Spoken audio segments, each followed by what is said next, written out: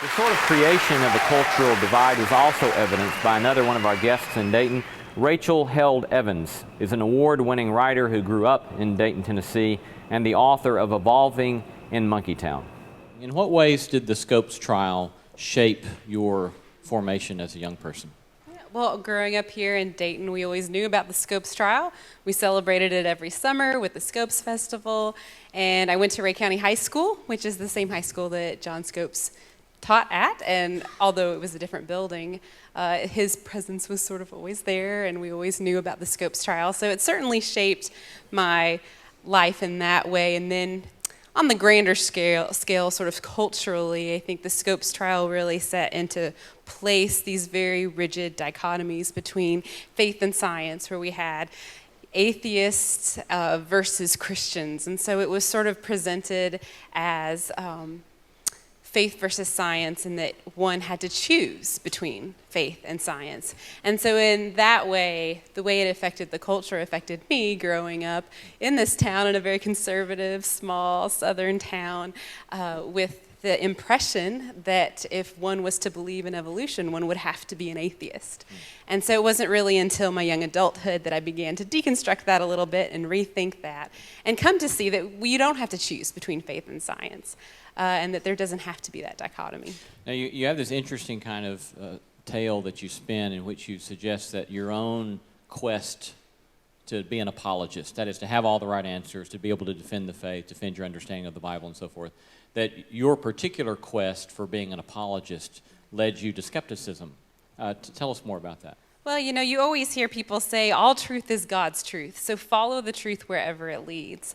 But sometimes, depending on the culture we grow up in or what's happening in Christian culture at the time, there are parameters around that. And so as I started exploring the truth and studying these issues on my own, not just the science, but also the biblical issues and interpretation of Scripture, you know, that quest to find the truth wherever it leads led me very much outside of my own comfort zone and beyond what I had previously believed. Now, raised in the Bible Belt, in conservative segments of the Christian tradition, as you discuss in your book, you always took reading the Bible very seriously. You knew the Bible very well. I won all the sword drills. Yeah, yes. I conquered, Yeah. Divided and conquered. Yes, yes. We might have to test each other one day and see. You would be sorry. You would regret it instantly.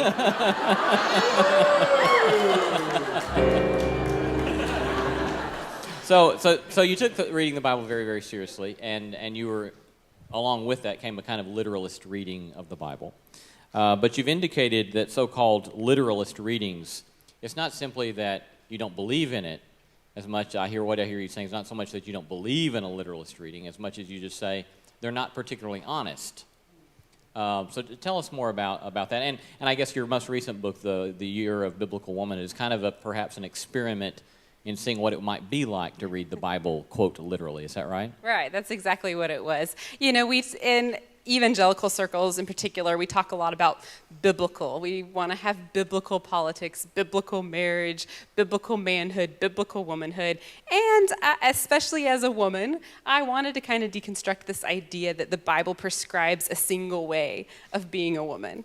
And I thought that a funny, kind of humorous, odd way to approach that would be to take a page from A.J. Jacob, who wrote The Year of Living Biblically, and try a year of biblical womanhood. So for 1 year, I had to follow all of the Bible's instructions for women literally, sometimes taking them to their most literal extreme. So this meant that I had to cover my head when I prayed. I had to grow out my hair. I had to submit to my husband, even with the Netflix queue, which was the hardest part. I even called my husband master, but I only did that for a week because I felt that there were some reasonable limitations we could put on this experiment. And so it was basically just a year of insanity. And the point, of course, was to show that no one is practicing biblical womanhood all the way.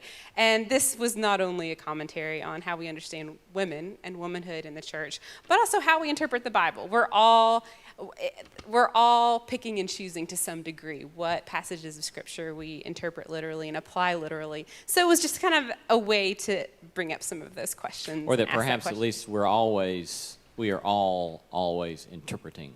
even Oh, when we right. want to assert we're not People interpreting. say sometimes that they just read the Bible, they don't interpret it, and I would really like an explanation for how that's possible.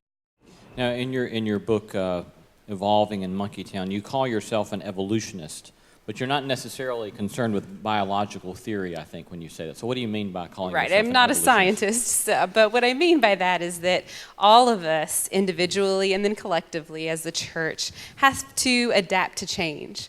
When confronted with new information, sometimes that means changing our views on things. We had to do it with Galileo, shifting from a geocentric universe to a heliocentric galaxy.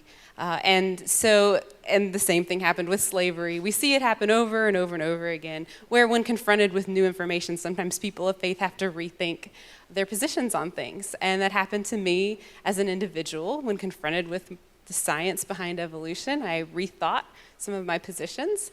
And when confronted with Old Testament scholarship regarding Genesis 1 and 2, I kind of rethought my previous interpretation.